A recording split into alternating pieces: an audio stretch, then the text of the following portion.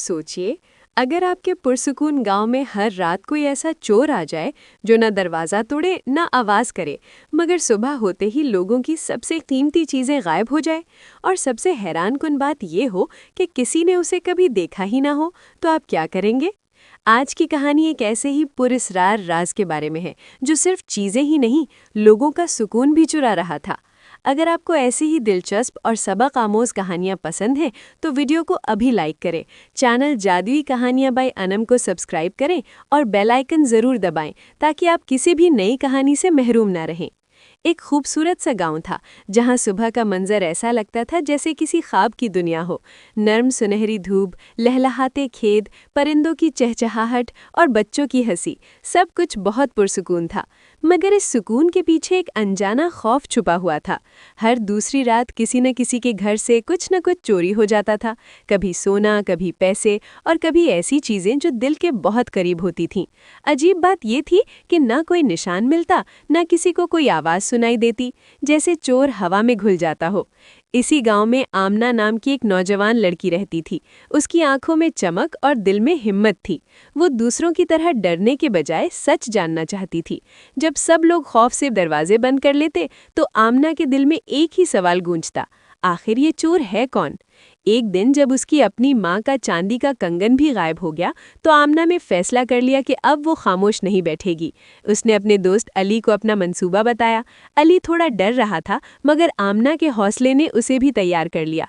रात का वक्त था, चांद की हल्की रोशनी गांव पर फैली हुई थी, हर तरफ खामोशी थी, मगर आमना और अली एक पुराने बरगद के दरख्त के पीछे छुपे बैठे थे। उनकी नज़रें अंधेरे में कुछ तलाश कर रही थीं। अचानक एक हल्की सी हरकत हुई, जैसे कोई साया सरक रहा हो। आमना का दिल तेजी से धड़कने लगा। उसने अली का हाथ मजबूती से थाम लिया। वो साया आहिस्ता आहिस्ता एक घर की तरफ बढ़ रहा था। दोनों दबे कदमों उसके पीछे चलने लगे। साया दरवाजे के करीब रुका और फिर बिना किसी आवाज के अंदर दाखिल हो गया। आमना ने हिम्मत करके दरवाजे से झांका और जो उसने देखा उस पर यकीन करना मुश्किल था। वो चोर कोई और नहीं बल्कि गांव का सबसे शरीफ समझा जाने वाला बूढ़ा आदमी बाबा करीम था। आमना का दिल टूट गया।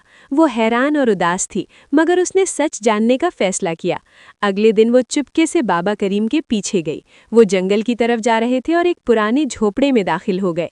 आमना ने झांक कर अंदर देखा तो उसकी आंखों में आंसू आ गए।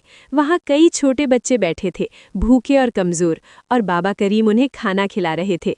वो चोरी का सामान इन बच्चों के लिए ला रहे थे। अब आमना को सब समझ आ गया, ये चोरी लालच की नहीं, मजबूरी की थी।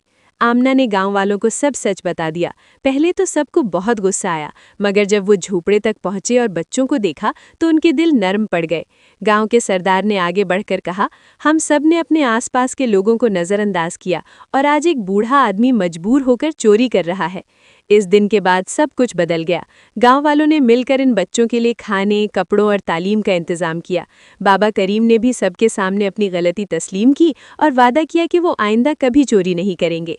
आहिस्ता आहिस्ता गांव का सुकून वापस आ गया, मगर इस बार ये सुकून सिर्फ खूबसूरत मंजर की वजह से नहीं था, बल्कि लोगों के दिलों की नरमी और एक दूसरे के लिए मोहब्बत की वजह से था। तो दोस्तों, इस कहानी से हमें ये सबक मिलता है कि हर गलत काम के पीछे ज़रूरी नहीं कि बुरी नीयत हो।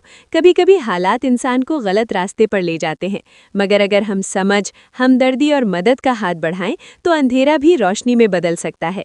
अगर आपको ये कहानी पसंद आई हो तो कमेंट्स में ज़रूर बताएं कि आप इस सूरत हाल में क्या करते, और इस वीडियो को अपने दोस्तों के साथ शेयर करें ताकि ये खूबसूरत मैसेज ज़्यादा से ज़्यादा लोगों तक पहुंच सके।